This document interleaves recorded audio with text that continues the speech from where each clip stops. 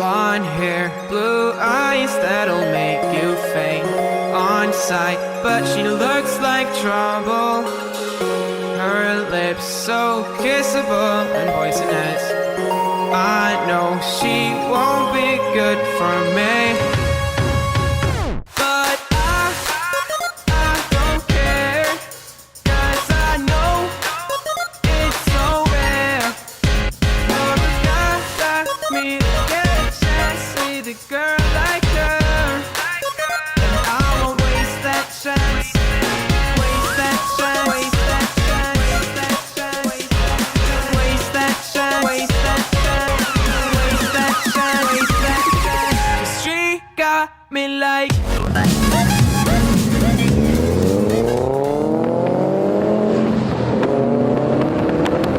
Here we go.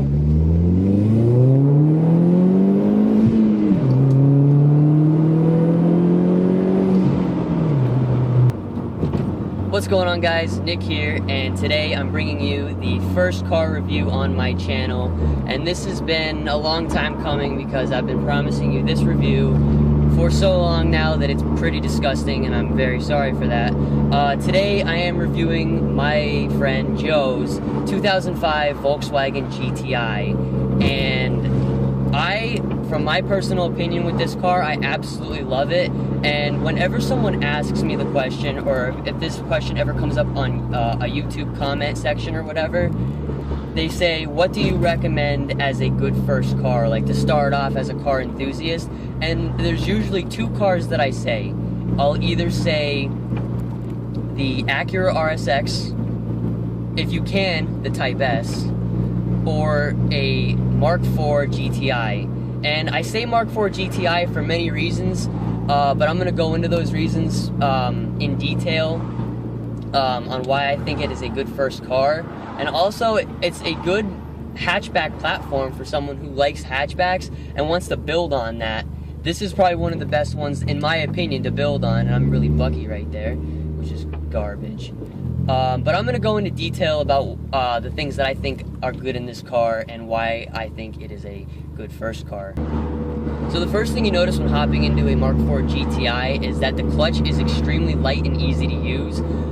It doesn't grab too low, doesn't grab too high. It's a pretty in the middle clutch, and it's pretty light, as I said before, so it's very easy to drive. I'd say this car and a Mini Cooper S that I've driven before were the two easiest cars I've ever driven. And that's also good because when you're starting out driving a manual, you don't want something that's too difficult, like say starting on a 2-valve Mustang, which was what I learned on, and they have extremely heavy clutches if you've talked to anyone who owns a 2-valve. So this is like the complete opposite. It's very light, grabs in a nice spot, so that is one reason why these are a good first car. So as you guys saw the spec sheet that I kind of put up in the beginning of this video, these cars come stock with 180 horsepower, 173 pound-feet of torque, and they weigh stock around 2,900 pounds. This one has a little bit of weight cut out of it, so this one's probably in the 28s. So 2,800 pounds is a pretty light car that if you want to build on a platform. So that's one main thing that's very good about these cars, is that they're pretty light. So if you want to build on them, they're good platforms for that. Do a pull here, second gear. Boost builds extremely fast in one of these. Shifting at 65. Alright, slowing down. So if you guys go, if the spec sheet on one of these cars says that you build boost, peak boost at around 1900, which is extremely low to build boost. This one peaks around 13 to 15 pounds, and then after it peaks, it kind of dies down and hovers around 10 pounds, which isn't bad at all. That's still a pretty good number. So, I mean, these cars feel pretty torquey for what they are. And this one is not stock. This one has a couple upgrades. It has, as you guys saw in the beginning of the video, it has a cold air intake. It has a 42 draft design, turbo back exhaust, full 3-inch. It has a blow-off valve. It's not really a blow-off valve, it's more like a diverter valve from APR tuning, because this car is probably going to be tuned by APR. Hasn't gotten a tune yet. It's like my car waiting on a tune, but once this car is tuned, I believe APR says that with the stage 1 tune and bolt-ons, you'll probably get around 215, 220 to the wheels, which isn't bad coming out of a 1.8 liter, because this is the 1.8 turbo. This is the generation before they switched to the 2.0 turbo. But the thing with the 2.0 turbo Mark 5s is that they picked up some weight, and that's why I recommend this car over the Mark 5, is because this one is much lighter. If you get a Mark 5, they're around 3,200 pounds, but they do make 20 more horsepower, so I mean, it depends on what you're looking for. This car handles ridiculously well compared to what it did stock. This car, again, as you saw in the beginning of the video, is sitting on Raceland coilovers. They're probably the best bang for your buck coilovers on any Volkswagen, and the wheel and tire setup is they are XXR 530s with 245 40 17 Continental DW Extreme Contact tires. So as I hit this corner right here onto this back road, it just rips. There's you have so much grip in this car. It's pretty ridiculous. If you compare this to how a stock one handles, this thing would run circles around a stock Mark IV just because of the ridiculous tire setup and the suspension. I'm gonna come up on some corners here. I'm doing about 60 miles an hour, probably gonna slow down though. Alright, coming onto these corners. There's just so much grip, it's crazy. So just to give you guys an idea of how much better this car handles over the stock, me and Joe usually we do a couple back road runs every now and then, and this car keeps up with my BRZ on back roads. It sounds crazy, but I have a video clip of it. So here's the video clip of this car keeping up with my car on back roads without issue.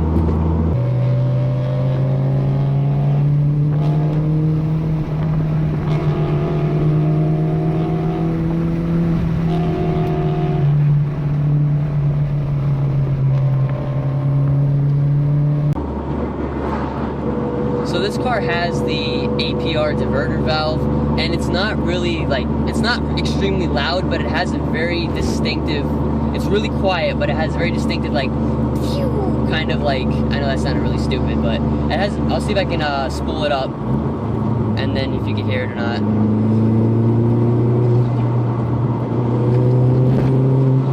It's pretty quiet. I don't know if you hear it on camera, but it's a pretty cool sound. This car has the 5-speed manual. It's not a 6-speed yet, but it is the 5-speed. It has the push-down reverse. So again, it's a pretty easy car. So when you're learning how to drive, it's pretty easy to follow. So again, that's why I think it's a good first car. And when you rev match downshift it like that, you get the crackles and the pops.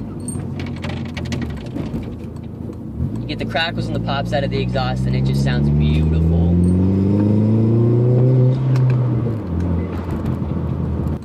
Now, this being a German car, it does have quite a bit of options involved in it, which also makes it a pretty sweet car to have if you're a 16, 17-year-old kid. And I mean, it's got pretty much anything you'd want. It has these awesome seats, which have pretty sick amount of bolstering in them. The bolstering is pretty sweet. These are cloth seats, but they are heated, so you get heated cloth seats with some pretty awesome bolsters in it. You get, it has a sunroof, and it has a couple of cool features, like if you stick the key in the door and you turn the key and you hold it there, your windows will go up or down, which is also pretty sweet. There's a couple of things in the interior that were done to it. Was he installed a boost gauge, redid the headliner, redid the shift boot, and changed the shift knob, a couple of things like that, and he made it his own car, and I think that's really cool to make it your own. But from the factory, this thing comes with a pretty sick amount of options, which makes it an awesome pick for a first car.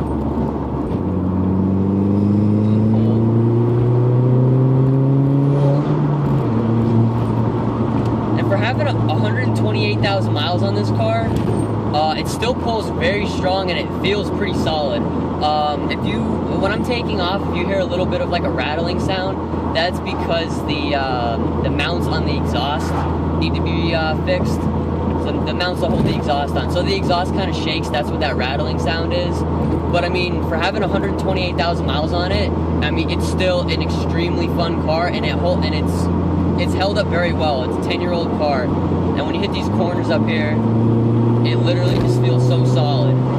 And the steering is actually pretty sharp, although it is light.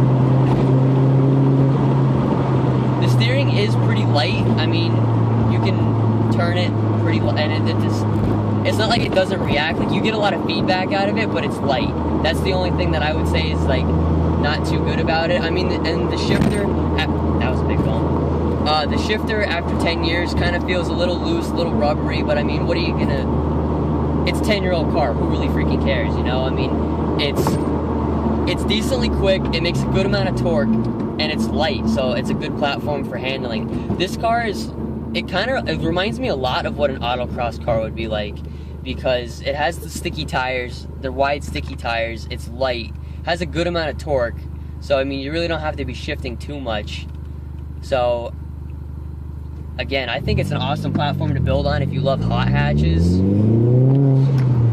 Puts you in your seat like just when you're like right under 4,000 like that, because the boost builds pretty early. Here, I'll turn down the road we do tunnel pulls on, because everybody loves tunnel pulls. But there's so much traffic going the other way.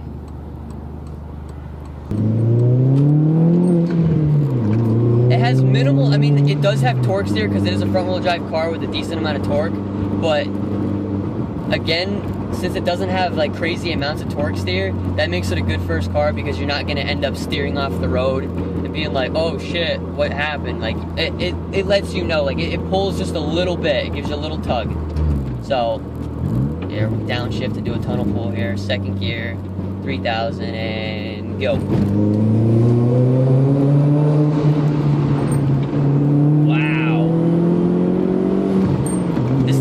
Grips, it's crazy. These tires are extremely sticky, and for being 245s, they fit very well in this platform. The wheel wells on a GTi, if you've ever looked at like a Mark IV, the wheel wells are pretty wide, so you can fit some pretty big tires in them. This has 245s, and they fit pretty well. They don't really rub ever that much unless you're on a crazy big bump. And the coilovers that are on it, I believe it's dropped 2 inches. I'm not 100% sure on that, but I know racing coilovers drop in between 2 to 4 inches depending on how low you want it. And this one's pretty much on the highest setting it'll go. So I'm just guesstimating that it's probably at about 2 inches, which isn't bad, and it fits nice and snug. So, I don't know, I love it.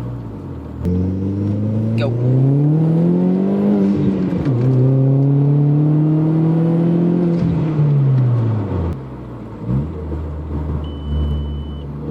Oh, come on now. That was the fuel light. I gotta get gas. Shit. So this is gonna end the review of the 2005 Volkswagen GTi. Again, I want to thank my buddy Joe for letting me take his car and review it for you guys. If you guys want to see more reviews like this, comment below and let me know. I need your guys' feedback to see whether this is something you guys are going to want to see more of or not.